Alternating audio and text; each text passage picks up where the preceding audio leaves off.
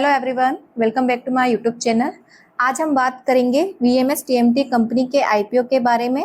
इस वीडियो में हम कंपनी के बारे में जानेंगे कि कंपनी क्या काम करती है, फिर हम आईपीओ की डिटेल्स देखेंगे, फिर उसके बाद जो कंपनी के फाइनेंशियल्स है उसको देखेंगे, फिर कंपनी के केपीआईज को, फिर उसके साथ साथ हम कंपनी के सब्सक्रिप्शन स्टेटस को एंड लास्ट में हम कंपनी के जीएमपी को देखते हुए ये डिसाइड करेंगे कि हमें इस आईपीओ में अप्लाई करना चाहिए या फिर नहीं करना चाहिए।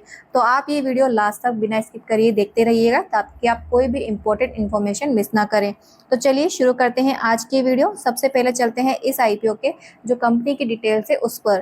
तो ये जो कंपनी है वो एक स्टील मैन्युफैक्चरिंग कंपनी है जो मेनली टीएमटी बार्स बनाती है और स्क्रैप और बिल्डिंग वायर्स का बिजनेस भी करती है। कंपनी का जो प्लांट है वो अहमदाबाद गुजरात में लोकेटेड है, जिससे जो कंपनी का डिस्ट्रीब्यूशन है वो काफ़ी ईजी रहता है। गुजरात और नियर बाय स्टेट में इसका स्ट्रॉन्ग डीलर नेटवर्क है। 3 डिस्ट्रीब्यूटर्स है, 227 डीलर्स है कंपनी के। कंपनी ने कामधेनु लिमिटेड के साथ टाई अप किया है और गुजरात में अपने टीएमटी बार्स को कामधेनु एनएक्सटी ब्रांड के नाम से बेचती है। वर्कफोर्स में 230 परमानेंट एम्प्लॉइज है और कंपनी का जो फोकस है वो है mostly tyre 2 and tyre 3 cities पर। तो ओवरऑल जो कंपनी के बारे में इंफॉर्मेशन है वो हमने देख ली है। अब बात करते हैं इस आईपीओ की डिटेल्स के बारे में। तो ये जो आईपीओ है वो ओपन हो चुका है 17 सितंबर 2025 को एंड क्लोज हो जाएगा कल 19 सितंबर 2025 को। इसकी जो लिस्टिंग होगी वो होगी 24 सितंबर 2025 को। इस आईपीओ का जो इश्यू प्राइस बैंड है वो है 94 टू 99 रुपीज पर शेयर का। तो जो फाइनल इश्यू प्राइस यानी कट ऑफ प्राइस है वो है 99 रुपीज पर शेयर की।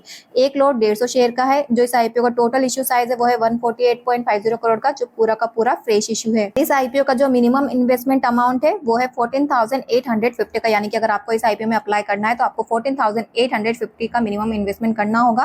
कैटेगरी वाइज अगर हम आईपीओ का रिजर्वेशन देखें तो क्यूआईबी के लिए 18 लाख के शेयर्स ऑफर किए हैं। एनआईआई कैटेगरी की लगभग 24.39% के शेयर्स ऑफर किए हैं और जो रिटेल कैटेगरी है उसके लिए 60.98% का रिजर्वेशन रखा है। तो ओवरऑल अगर हम देखें तो रिटेल कैटेगरी में काफी ज्यादा अच्छे कंपनी ने शेयर्स ऑफर किए हैं, तो जो चांसेस होंगे रिटेल कैटेगरी में वो अलॉट होने के काफी ज्यादा रहेंगे। तो अब बात करते हैं इस कंपनी के फाइनेंशियल इन्फॉर्मेशन की। जो अमाउंट है हमारे पास इन करोड़ में दे रखे हैं। हमारे पास 3 साल का डाटा है तो हम लास्ट 3 साल के डाटा को कंपेरिजन करेंगे। तो अगर हम सबसे पहले देखें कंपनी के जो एसेट्स है, प्रॉफिट आफ्टर टैक्स है, EBITDA है, नेट वर्थ है, रिजर्व एंड सरप्लस है, ये सभी लगातार हर साल इंक्रीज रहे, जो हमारे लिए काफी अच्छा पॉजिटिव पॉइंट है। पर कंपनी का जो इनकम है यानी जो रेवेन्यू है टोटल, वो कंपनी का डिक्रीज रहा है 2025 में कंपेरिजन टू 2024 के, जो हमारे लिए एक थोड़ा सा नेगेटिव फैक्टर है। बट कंपनी का जो रेवेन्यू है वो डिक्रीज रहने के बावजूद कंपनी ने अपने प्रॉफिट को इंक्रीज किया है, पर ज्यादा परसेंट से इंक्रीज नहीं रहा है, सिर्फ 14% के आसपास ही इंक्रीज रहा है। तो वो हमारे लिए थोड़ा सा एक नेगेटिव पॉइंट हो जाएगा। और जो कंपनी का टोटल इनकम है वो 12% से डिक्रीज रहा है, तो हमारे लिए एक थोड़ा सा नेगेटिव फैक्टर है। और एक ज्यादा परसेंट से इंक्रीज नहीं होने के कारण ज्यादा अच्छे से ग्रोथ नहीं हुआ है, तो वो भी हमारे लिए थोड़ा सा एक नेगेटिव इम्पैक्ट डाल सकता है। अब बात करते हैं इस कंपनी के की परफॉर्मेंस इंडिकेटर्स की। मार्केट कैपिटलाइजेशन है 491.35 करोड़ की। केपीआई एज ऑन 31 मार्च 2025 रखें। तो सबसे पहले अगर हम कंपनी के रिटर्न्स की बात करें तो जैसे कि रिटर्न ऑन इक्विटी है, रिटर्न ऑन कैपिटल एम्प्लॉयड है, रिटर्न ऑन नेट वर्थ है, वो लगभग 12% और 20% के आसपास है। अगर हम 15% ज्यादा होता है तो उसे प्लस में लेते हैं, अदरवाइज नेगेटिव में।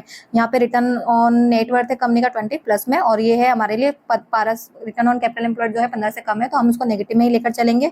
कंपनी का जो डेट टू इक्विटी रेशियो है वो कंपनी का काफी ज्यादा हाई है। अगर हम कंपनी 1 से कम होती है तो उसमें प्लस में लेते हैं, अदरवाइज नेगेटिव में लेते हैं, तो हम इसे भी नेगेटिव में कंसीडर करके चलेंगे। कंपनी का जो पीएटी मार्जिन है वो भी इतना ज्यादा स्ट्रॉन्ग नहीं दिख रहा है, काफी लो है, तो ये भी हमारे नेगेटिव है। और EBITDA मार्जिन भी इतना ज्यादा खास नहीं है, 10% होता है तो हम अच्छा मानते हैं, अदरवाइज उससे कम पे मैं लो ही लेकर चलती हूँ।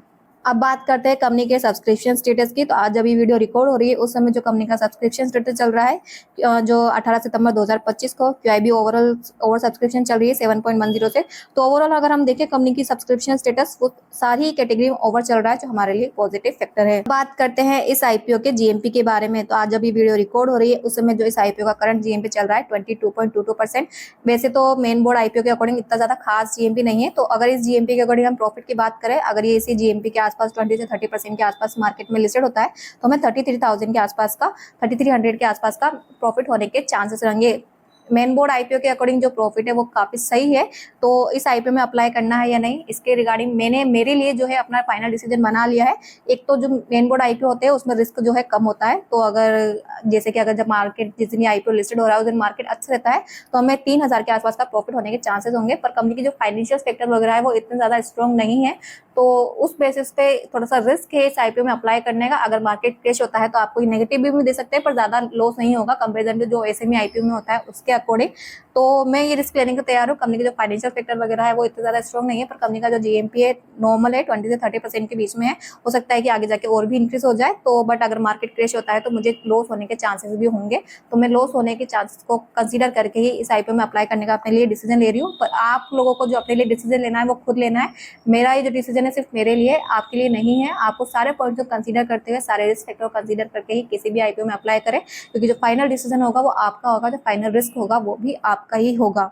तो आप में से कौन इस आईपीओ में अप्लाई करने वाला है और कौन नहीं करने वाला है, कमेंट में येस और नो लिख के बताएं, ताकि जिससे बाकी जो सब्सक्राइबर है, बाकी जो व्यूअर्स है, उनको भी हेल्प मिल सके डिसीजन लेने में। जैसे कि अभी आईपीओ क्लोज नहीं हुआ है, कल तक ये आईपीओ क्लोज होगा, तो ऐसे में मुझे अपने डिसीजन को चेंज करने की रिक्वायरमेंट आती है, तो मैं आपको उसकी कल एक अपडेटेड वीडियो लेकर आऊंगी। मान लीजिए कल मार्केट क्रैश हो जाता है, जीएमपी और भी ज्यादा गिर जाता है, तो ऐसे में डिसीजन चेंज करने की रिक्वायरमेंट आ सकती है। तो मैं उसकी आपको एक अपडेटेड वीडियो लेकर आऊंगी। तो उस वीडियो को देखने के लिए हमारे चैनल को अभी सब्सक्राइब कर ले, ताकि आप हर वीडियो से अपडेटेड रह सके। एंड आज की वीडियो में यहीं पे समाप्त करती हूँ। आई होप आपको ये वीडियो अच्छी लगी होगी। अगर अच्छी लगी तो हमारे चैनल को लाइक, सब्सक्राइब एंड कमेंट करना मत भूलिएगा। And thank you so much for watching my video.